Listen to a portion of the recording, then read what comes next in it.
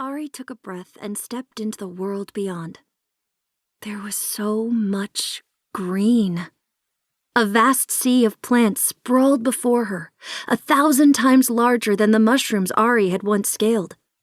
They swept upward toward an impossible blue sky, canopies rustling like old shroom paper. And the air moved, curling around her, bringing with it the scent of grass, sunlight, and something sour. Heat beat down on her, accompanied by a bone-shaking hum of insects and rustling grasses. Gran, thought Ary. I wish you could see this. The citizens of Terra had not moved. Some held themselves tightly, wing stubs twitching uneasily as they looked longingly at the pile of glass. Ary peered down. Far below, soft-petaled plants swayed lazily in the breeze. Said Owl.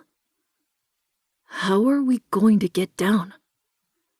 Ary inched closer. If only she could fly. She pushed the thought away. Sootflank, Shrimp, do you think you can climb the walls? The newt and the pillbug slipped over the edge, testing their grip. We can each safely take one of you, Sootflank said, one wary eye on the ground below. One of you will have to stay behind. Behind him, Briar snorted. Before Ary could stop her, the fairy girl strolled to the edge of the windowsill and flung herself into the open air. For a terrible, heart-stopping moment, Ary could only watch as Briar hurtled toward the ground, her dark hair snapping behind her.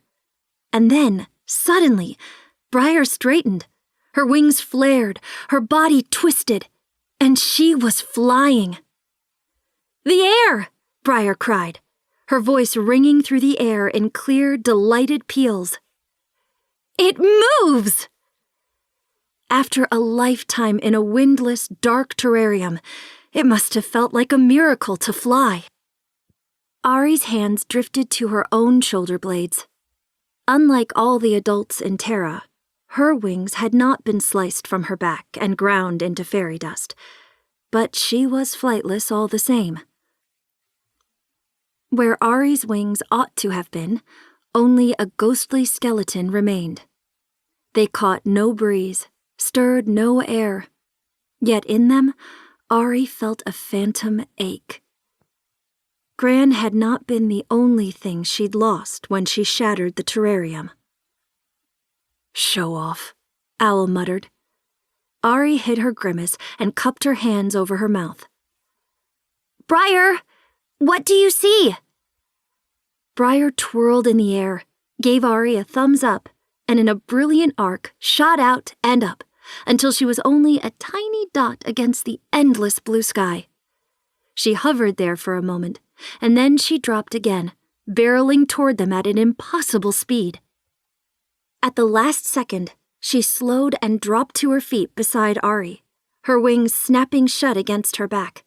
Her eyes were wild, her cheeks flushed pink and windblown, her smile so wide it threatened to split her face in half. Ary, Briar gasped. She clutched Ary's wrist, sending a nervous spark through her. It's so beautiful. Are we going to stand here all day? Sootflank interrupted.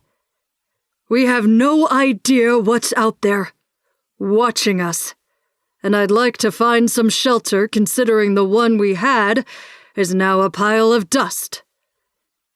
Briar looked at him crossly, but Sootflank simply glared right back. You can do your acrobatics later. The newt approached the edge of the windowsill. Little Mossheart, it's time. Ary nodded.